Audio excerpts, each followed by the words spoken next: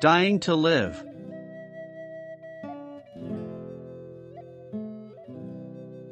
John 12 verses 23 to 28. And Jesus answered them saying, The hour is come, that the Son of Man should be glorified.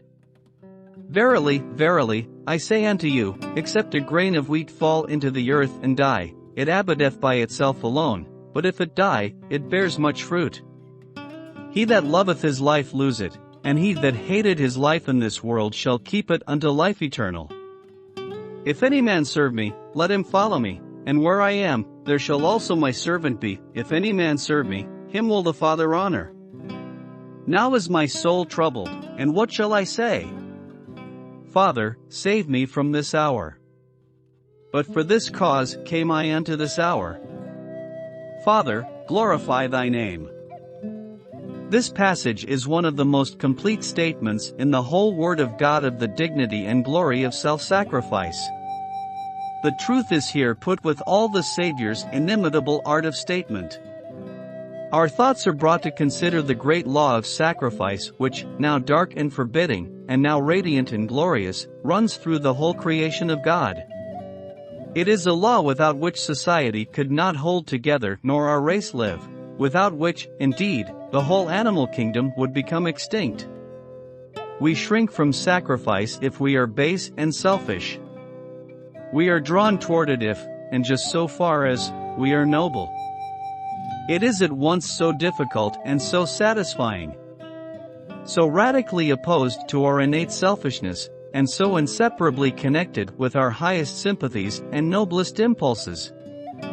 It is enshrined in our affections as connected with the life of Him who is the center of our faith. It is intimately interwoven with the highest theory and practice of Christian ethics. We must, therefore, in our religious study and meditations, give this theme of sacrifice more than ordinary attention. We must study it, we must question it, we must wrestle with it until the gloom of its darkness changes into the radiance of its brighter aspects, and it gives us a blessing as its shadows flee away.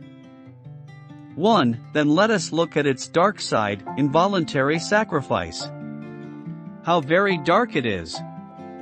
The constant suffering, the necessary pain, the inevitable sacrifice of beautiful, glorious life in innumerable ways, to sate the insatiable maw, not of death, but of other life. It has been so from the beginning of Earth's history. The rocks which we unearth today have their fossil remains, skeleton inside of skeleton, mute witnesses of what transpired on the primeval Earth.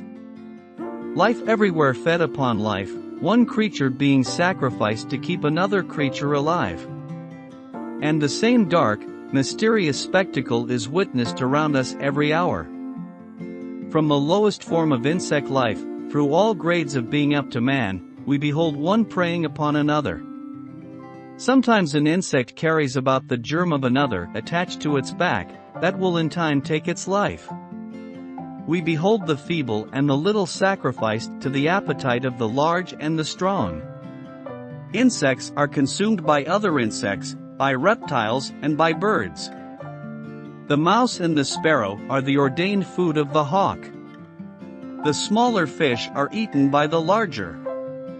The lamb is the prey of the fox and the wolf. The kid is pounced upon by the eagle. The antelope is devoured by the leopard, and the lion and the tiger leap upon the ox. They all live by sacrificing each other and cannot live without it. Man. He, too, lives by the slaughter of innocents, and the vastest and most costly sacrifices are made to satisfy his carnivorous appetites. Man in a real sense lives upon his fellow man. I refer not now to cannibalism, nor to the way in which human lives and human interests are often sacrificed to the selfish ambition, or the grasping avarice, or the cruel hate, or the devouring lusts of men. I refer only to the sacrifices made to the wants and necessities of others. You each live, day by day, because others sacrifice and suffer and die for you. You can scarcely help yourself even if you would, for dependence upon the sacrifice of someone is a necessity of civilized life. As you sit with your family before the cheerful coal fire in the grate, did you ever once reflect that you have that blessing only because multitudes of men spend their lives underground in the depths of coal mines, covered with filth, and constantly exposed to pestilence and explosion and death? You travel over land and sea, and ship your goods and grain and cattle at a great speed, but the engineers and firemen and brakemen who drive the trains and handle the cars are prematurely cut off. Their lives are shortened to serve you. The man who blows the glass that lets the health-giving and cheerful light into your homes knows that the number of his days will be lessened. The metallic goods, gold and silver and plated, and steel and ironware, are made by workmen who will sooner or later be killed by the dust they must inhale, and the necessary dangers of their occupations. I have seen the pale workmen making these goods, wearing sponges over their nostrils. But nothing holy avails. You want the goods, they die to make them. You go to your stores and buy beautiful fabrics and ready-made apparel. You marvel at their cheapness, but always want them a little cheaper.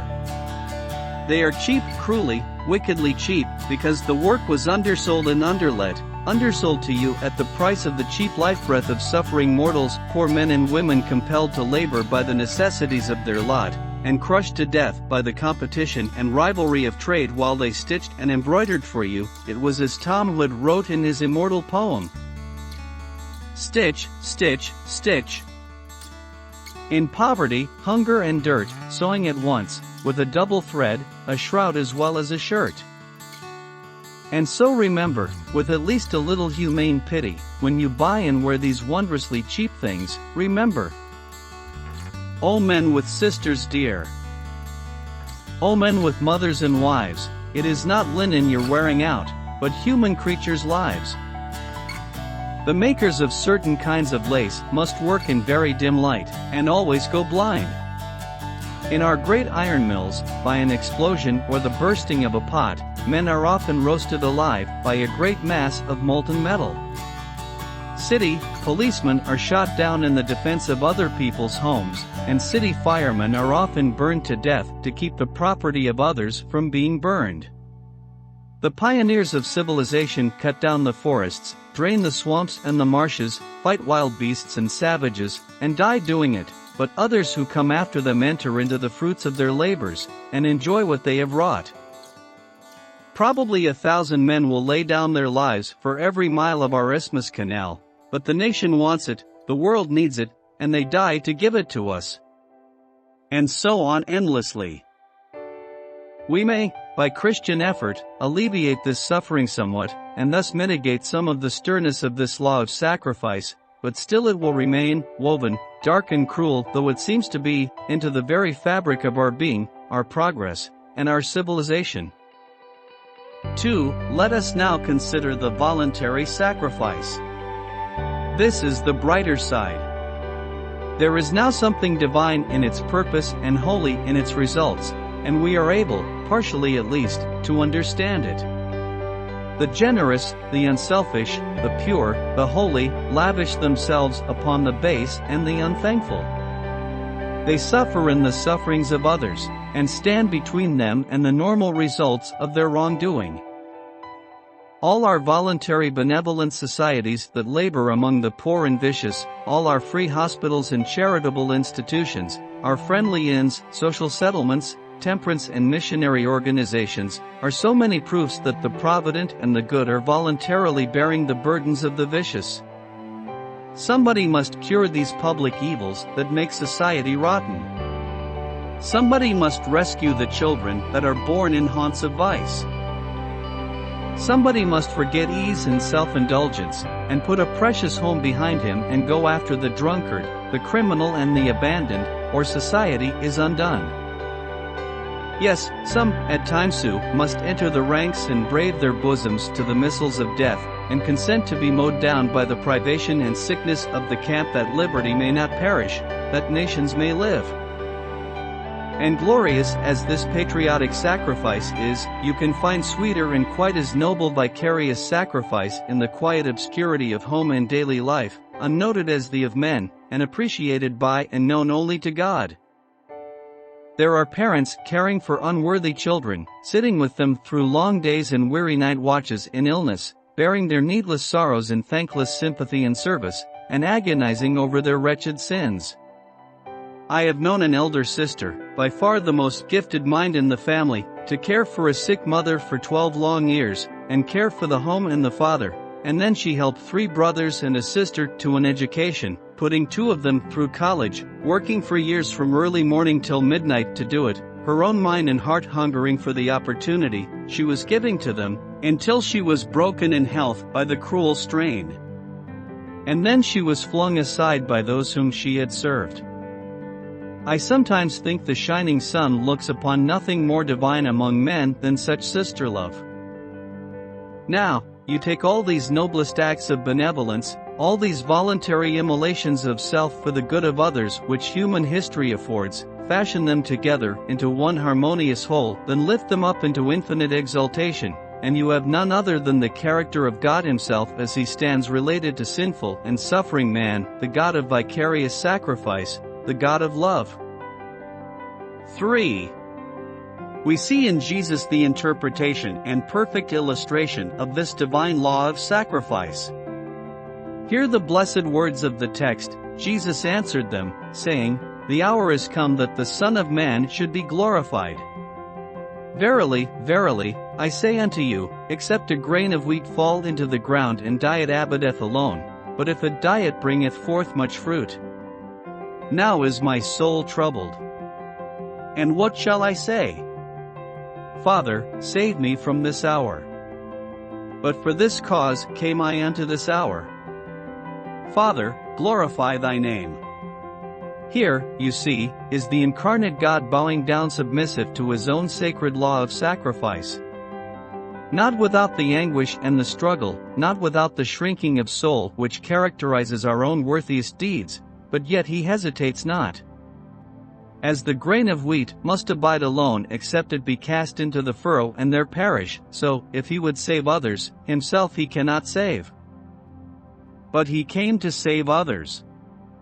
And, if it be possible, He will save them at whatever cost to Himself. He therefore keeps back the prayer, "Father, save me from this hour," which instinctively comes to His lips, and breathe out the petition, "Father, glorify thy name." He bows to the inevitable condition and makes the sacrifice. Friends, from a human standpoint of vision, was ever a life so completely thrown away, so utterly lost? Taking into account the transcendent qualities which Jesus possessed, the keenness of intellect, the penetration, the foresight, the ability to read human nature, the sagacity, the magnetism, the force of character, all of which He possessed in unequaled measure, and which He might have used to His own advantage, was ever life so thrown away? History does not afford the parallel of one who, with such matchless abilities and opportunities, so utterly squandered them, and was so completely bankrupted of results. By an easy use of his remarkable powers he might have acquired vast possessions, but he purposely became and remained so poor that he had not where to lay his head, often suffering from unappeased hunger, always eating the bread of charity, and redeemed only by love from abject want. No other man could have so swayed the masses and created enthusiasm for himself, but he never did, and never tried to gain a permanent popular following. He might have handled the influential political leaders of his day, and lifted himself to the summit of power, but he never sought their allegiance, or even made their acquaintance. He established no new school of philosophy, as other great minds before him had done. He gained no popular influence, he wrote no books, and left not even a line behind him. He did not make or alter one law, he did not seat or unseat one ruler, he did not cast down one heathen altar, or break one poor slave's chain, or alter one custom. The religions of the world were, when he died, precisely what they were when he was born. The governments were as scheming, as corrupt, as tyrannous, as wicked. He was tried as a common criminal, and made no defense. He was put to death, between two thieves, and all seemed utterly and disgracefully lost. At that hour a thoughtful man might have likened his life to a comet of surpassing brilliancy which had suddenly and unexpectedly appeared from some unknown quarter of the heavens, attracted a brief attention, and then had as suddenly disappeared, to be as soon forgotten. No husbandman ever went into his field and sowed the grains of wheat more carelessly than did Jesus apparently throw his chances away. Was ever life so irretrievably lost? But, yet, with the halo of that cross lighting up the centuries, and destined, as we know, to yet flood the whole world with its light, we are able to add, was ever life so gloriously saved in the losing? Ah! How supremely wise was the Redeemer's conduct, and how divine his example! This outpouring of God's own life, that others might have life and have it more abundantly.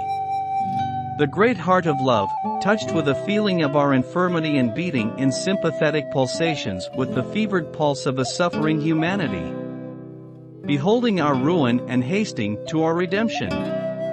It was the self-sacrificing love of God in full display, taking our place in suffering in our stead, that you and I, my hearer, and all who will believe, might not perish. And this was God's way to lift men. It was just then that God was glorified. No other act so became him. The glory of creating 60 millions of worlds and suns was nothing in comparison. The moment of his extreme humiliation was the moment of supreme triumph. His death hour was the first hour of his reign as a redeeming God. Then was infinite love tested and found true. Then was infinite grace manifested. Then the anthem, "Worthy is the Lamb," began to be sung, and those hallelujahs of praise which shall continually rise and swell and roll in ever-increasing waves of melody, till heaven and earth are full of his glory were first heard. And now notice. For, this is the law of godlikeness for us. Here Jesus stated, "He that loveth his life shall lose it, and he that hateth his life in this world shall keep it unto life eternal. If any man serve me, let him follow me, him will my Father honor." 1. We can reach our own highest good only by a death to self. There is a something within us inherited from old Adam that is so infused into all our faculties that it becomes our self. We may call this inheritance depravity, or the old man, or the carnal mind, or the law of sin and death. It matters not by what name it goes, it is a dark, diabolical, perverting thing. It corrupts the heart, perverts the sensibilities, defiles the imagination, drugs the conscience, weakens the will. The whole head becomes sick and the whole heart faint. This vile infection so possesses every faculty that there is no moral soundness in us. A human life thus defiled by this satanic virus is alienated from a life of love and a God of love. It does not take to godliness. It has a subtle affinity for evil, a trend downward, a propensity for sin and self-indulgence. It displays inordinate selfishness, regardless of the interests of others and the glory of God. Hence, Jesus said this self must die. There is a foe of hidden power the Christian well may fear. More subtle far than outward sin, and to the heart more dear. It is the power of selfishness, the proud and willful I, and ere my Lord can reign in me, my very self must die. When a child of God fully consents to it and seeks the blessing with all his heart, this propensity to evil can be taken out by the baptism with the Holy Spirit. It was only subdued in regeneration, it was not destroyed. It was put down, it was not put out. It is held in with bit and bridle, but it is a troublesome, fiery steed, ready to run away with its driver at any moment. It pleads for its life, but it must be given over to die. In other words, the heart that has it must consent to die to all that the natural man holds dear, die to all but holiness and God. When all is put on the altar for death, the heavenly fire will fall and consume the dross of the heart. The old man will die, and from his grave will come forth the new man, created in righteousness and holiness of truth. 2. We must thus die to live in the largest usefulness. Except the grain of wheat fall into the ground and die at Abadeath alone. It is the great Christian paradox, which Christ himself so fully illustrated. Die to live, lose your life in order to save it.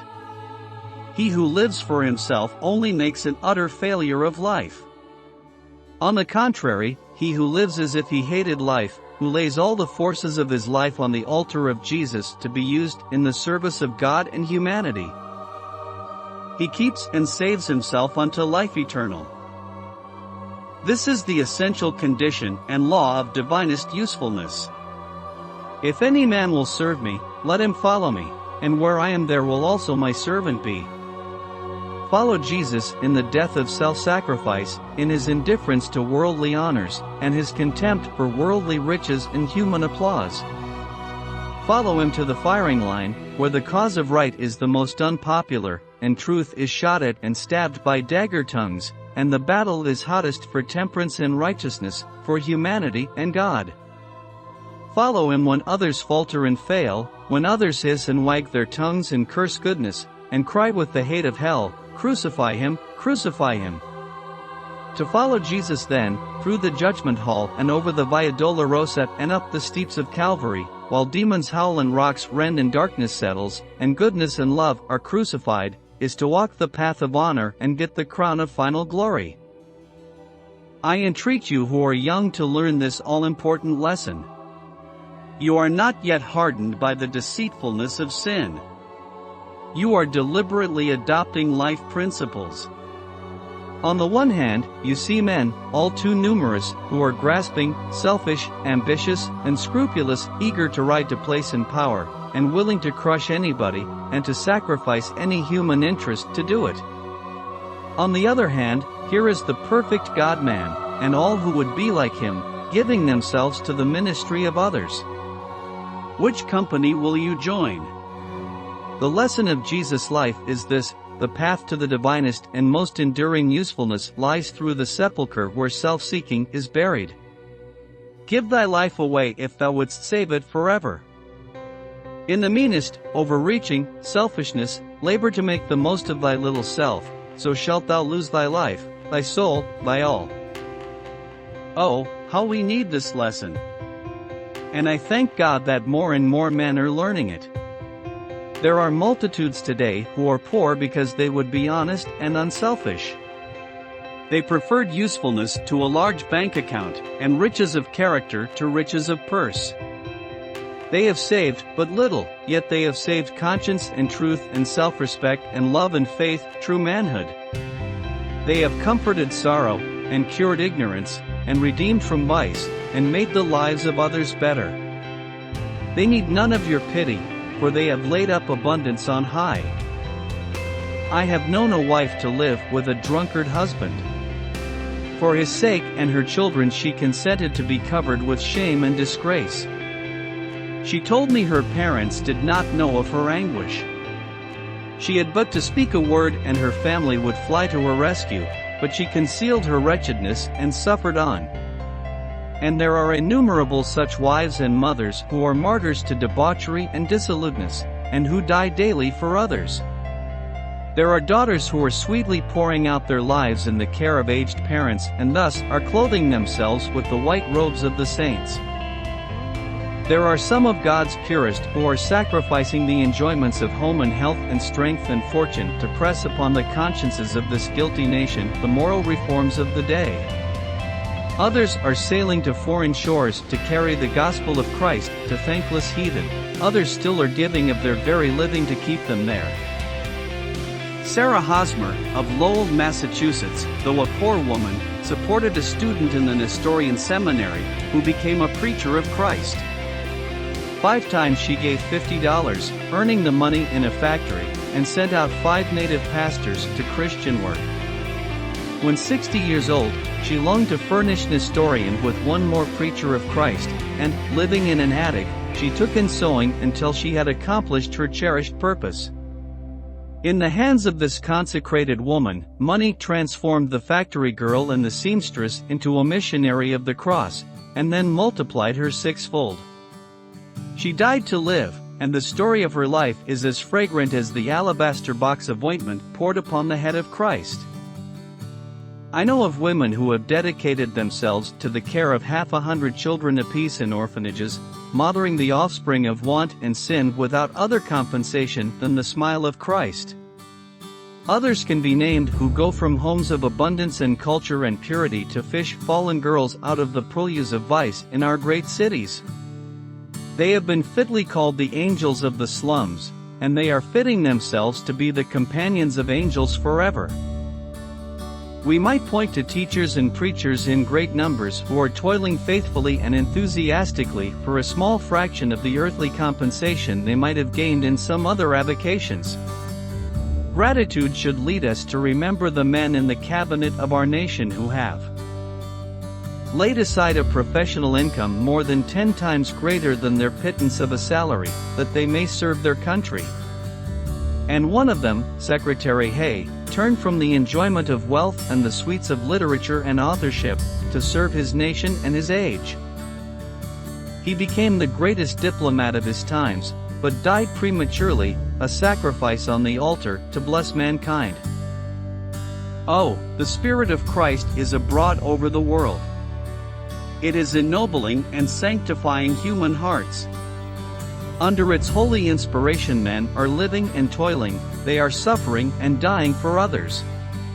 At times some are troubled in soul like their master before them, and cry, "How long, O Lord, how long?"